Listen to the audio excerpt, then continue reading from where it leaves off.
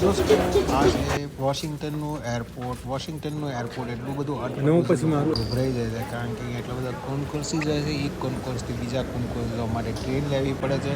ઘણા લોકો આના ડરથી વ્હીલચેર કરીને જાય છે, પણ એમાં કંઈ ગભરાવા જેવું છે નહીં.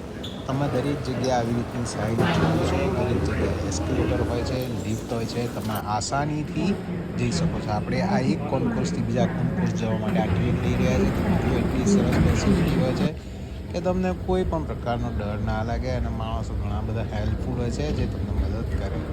દરેક એરપોર્ટ ઉપર આ સુવિધા હોય છે.